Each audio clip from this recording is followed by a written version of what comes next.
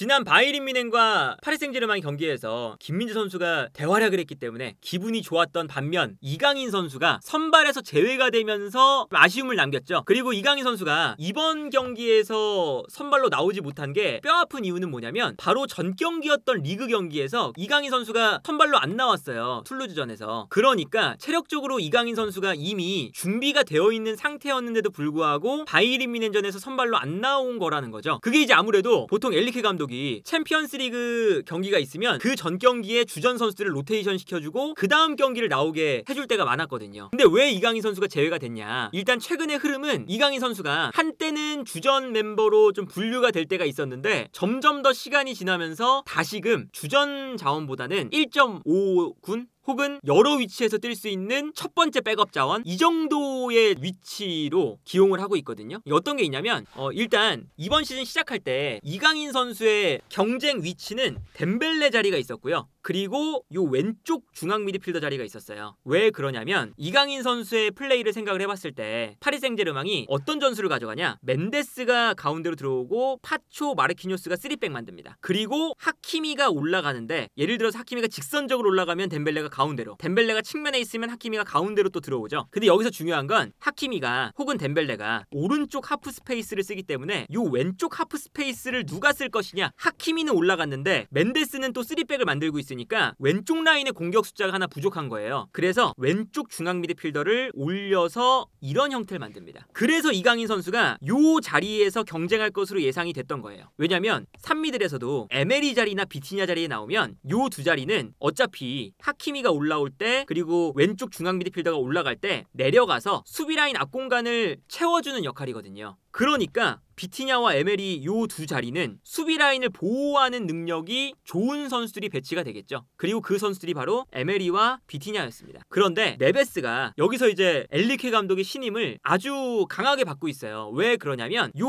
왼쪽 중앙 미드필더도 올라가서 플레이도 하지만 때때로 멘데스가 올라갑니다. 바르콜라가 좀 가운데로 들어가고. 그러니까 비티냐가 내려와서 3백을 만들어줄 때 네베스가 내려와서 균형을 맞춰준다거나 아니면 오히려 네베스가 내려가서 3백을 만들어 이런 역할을 하거든요. 근데 요 자리에 이강인 선수가 공격형 미드필더 자리는 되지만 3백의 왼쪽 요 자리는 이강인 선수의 전문 포지션이 아니죠. 실제로 이번 시즌에는 이강인 선수가 경기 중간에 왼쪽 중앙 미드필더로 나와서 이렇게 3백을 만들면서 공격을 전개했던 경기도 있습니다. 잠깐이지만. 그런데 요 전술을 꾸준하게 쓸 수 없는 이유는 당연히 멘데스가 만약에 올라가면 요 공간을 이강인이 커버한다? 라는 건 좀 이제 이강인 선수의 플레이 스타일을 생각을 해봤을 때 잘 안 맞는 역할이잖아요. 그러다 보니까 결국에는 이강인 선수가 요 왼쪽 중앙 미드필더의 역할, 요 역할에 내려갔다 올라왔다 하는 이 동선에는 비티냐나 네베스에게 좀 밀리는 현상이 나오게 됐던 거죠. 오른쪽에서는 에메리나 그리고 중앙에서는 비티냐에게 밀리고요. 수비라인 앞공간을 커버를 해야 되니까. 그리고 이 오른쪽에서는 하키미가 좀 가운데로 들어올 때 덴벨레의 역할이 경기장을 넓게 쓰는 거거든요. 그리고 직선적으로 빠르게 수비를 흔들어주는 거죠. 근데 이강인 선수는 덴벨레와 다르게 경기장을 넓게 쓰는 건 되지만 측면을 빠르고 날카롭게 볼을 몰고 들어가는 이런 돌파형 선수는 아니잖아요. 그러다 보니까 엘리케 감독이 어차피 하키미도 가운데로 들어오는데 이강인도 이렇게 되면 측면 공간을 쓰지 않고 가운데로 들어왔을 때 측면을 못 쓰게 된다는 요 생각을 좀 하는 것 같아요. 그러다 보니까 요 자리는 또 덴벨레의 자리가 됐죠. 그래서 결과적으로는 4-2-3-1 전형을 만들 때 이강인 선수가 이번 시즌 초반에 네베스, 비티냐, 에메리에게는 중앙 미드필더 라인에서 밀리고 오른쪽에서는 덴벨레에게 밀리는 이런 현상이 나타났어요. 시즌 초반에. 그런데 시즌 초반에 어떤 변수가 생겼냐면 하무스가 부상을 당했죠. 그래서 원톱 자리가 비게 된 거예요. 근데 이 원톱 자리에 하무스가 없을 때 나올 수 있는 선수가 무하니가 있는데 무하니가 원톱 자리에서 너무나도 부진한 활약을 보여줍니다. 그래서 엘리케 감독이 이 원톱 자리에 하무스가 부상을 당했으니까 무하니를 써봤는데 무하니가 너무 못하는 거예요. 그래서 아센시오 제로톱을 쓰죠. 실제로 시즌 초반에 아센시오 제로톱이 잘 통했어요. 이 제로톱의 장점은 예를 들어서 아까처럼 하키미가 가운데로 들어오고 이렇게 3백이 됐다 라고 했을 때 아센시오도 미드필더로 뛸 수 있으니까 아센시오가 내려오면 하키미가 올라가고 왼쪽으로 가면 네베스가 올라가고 뭐 이런 식으로 계속 자리가 바뀌었거든요. 그러면서 상대 수비를 혼란스럽게 만드는데 아센시오 제로톱이 괜찮았습니다. 그런데 아센시오도 제로톱에서의 플레이가 점점 더 한계가 보이기 시작해요. 왜냐면 아센시오가 내려올 때는 내려오긴 하는데 완벽한 이제 미드필더의 성향은 좀 아니거든요. 그렇다고 해서 공격수처럼 득점 앞쪽에서 등을 지거나 이런 플레이를 아센시오가 잘하는 것도 아니니까 여기서 이강인의 활용법을 제로톱으로 쓰기 시작합니다. 그래서 이강인 선수가 심지어 제로톱으로 잘했어요. 이강인이 내려오면 하키미가 올라가고, 심지어 이강인이 내려왔을 때 에메리가 올라오면 이강인이 살짝 내려가서 수비라인 앞도 보호해주고, 에메리가 내려오면 이강인이 살짝 왼쪽, 하키미가 오른쪽, 네베스가 최전방, 계속 이렇게 움직임이 스위칭이 계속된 거거든요. 이강인이 중앙 미드필더도 보고 어쩔 때는 요 수비라인 앞 공간에서도 프리시즌에는 뛰었다 보니까 모든 자리를 이강인이 소화할 수 있는 선수이기 때문에 이강인의 제로톱이 더욱더 효과적이었던 거죠. 그래서 이제 저때 당시에는 무안이 아센시오보다 이강인 선수가 더 선택을 먼저 받았습니다. 이때가 이제 언제쯤이냐, 요 아스날전이 있던 이쯤이거든요.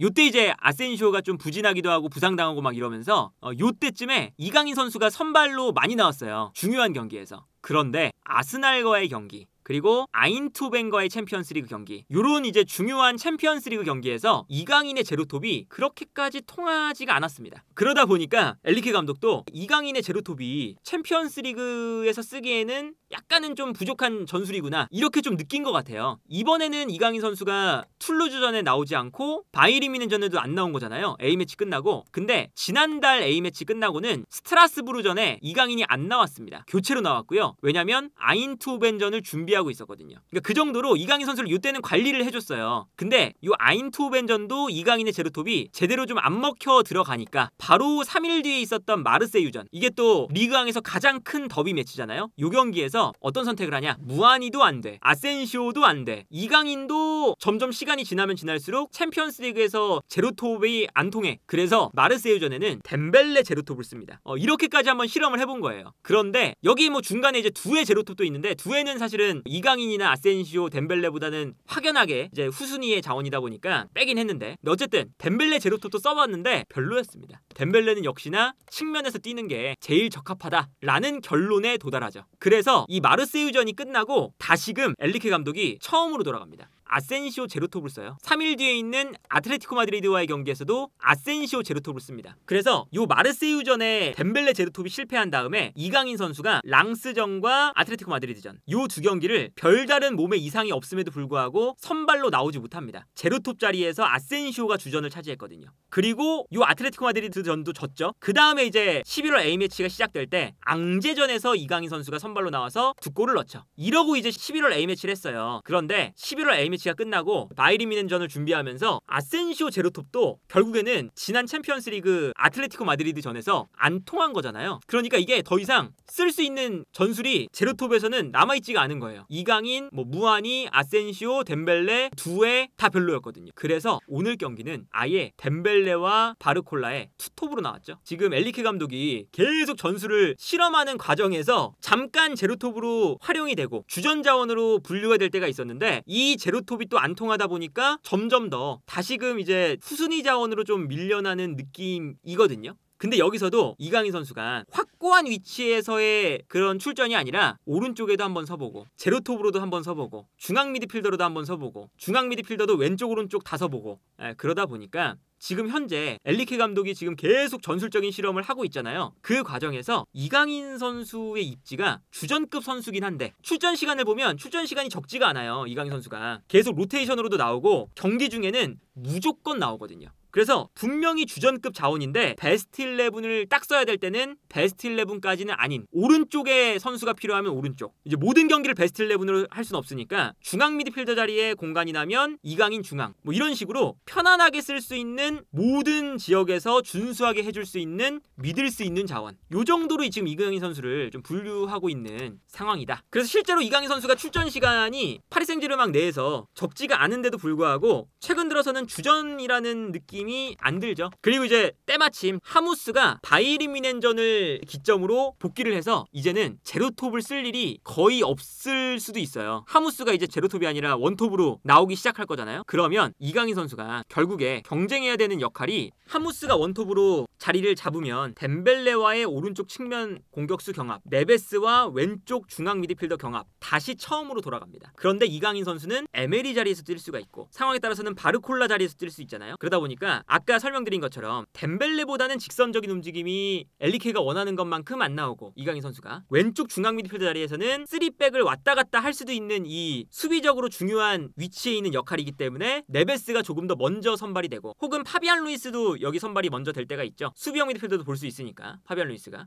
그런 걸 생각하면 이강인 선수가 선발로 나오진 않지만 덴벨레가 빠질 때 덴벨레 대신 이강인, 네베스가 빠질 때 네베스 대신 이강인, 에메리가 빠질 때 에메리 대신 이강인, 뭐 이런 식으로 이강인 선수가 활용될 것 같은데 이게 결국에는 지난 시즌부터 엘리케 감독의 구상에 이강인 선수가 명확한 측면 공격수, 중앙 미드필더 혹은 베스트 11에 꼭 들어가야 되는 선수 이런 게 아니라 약간은 주전 멤버들이 있을 때 베스트 11으로만 맨날 경기를 할 수 없으니까 주전급 자원에 아주 근접해 있는 준주전급 자원, 팀에게 매우 도움이 되죠. 이런 선수는 심지어 모든 자리에서 이강인 선수가 활약도가 격차가 크지 않아요. 어디서든 잘하니까 또. 그러다 보니까 뭔가 이강인 선수가 지난 시즌부터 예를 들면 뭐 중앙 미드필더 자리에서 오른쪽 중앙 미드필더로 딱 자리를 잡았다. 그러면 이강인 선수가 그 자리에서 주전 경쟁하고 선발로 나오고 이런 게 또 가능했을지도 모르는데 지금 약간 위치가 좀 애매한 지금 형태가 되어버렸다. 이강인 선수가 컨디션은 참 좋아 보이는데 늘 플레이하는 거 보면 이강인 선수가 나왔을 때 가장 번뜩이잖아요. 실제로 어제 경기 같은 경우에는 찬스에 관여된 수치를 보면 이강인 선수가 늦게 나왔음에도 불구하고 파리 생제르맹 선수들 중에서 1등입니다. 이 노란색이 찬스를 만드는데 관여를 한 횟수 뭐 이런 거거든요. 패스를 통해서. 근데 이강인 선수가 다른 파리 생제르맹 선수들보다 높아요. 잠깐 뛰었는데. 그런 거 생각해보면 뭔가 이강인 선수가 폼이 좋은데 완전 주전 멤버로 평가를 받지 못하니 아쉬움이 든다. 프리킥, 코너킥, 뭐 세트피스를 제외하고도 이강인 선수가 가장 그런 이제 공격적인 패스의 질이 좋거든요. 그런 이제 지금 이강인 선수가 상황에 처해 있는 거고 뭐 이번 시즌 이강인 선수가 또 주전 경쟁에서 어떻게 될지 모르니까 그리고 엘리케 감독이 늘상 지금 전술을 매번 바꾸고 고민을 계속 해보고 있는 전술을 써보고 어쩔 때는 투톱 써보고 3백 써보고 막 이러고 있기 때문에 이강인 선수의 중반기 후반기에 시즌이 어떻게 풀릴지 모르겠지만 이강인 선수가 지금 최근에 보여주고 있는 아주 좋은 컨디션에 비해 이강인이 완전 주전으로 못 나온다는 건 아쉬움이 확실하게 남는다.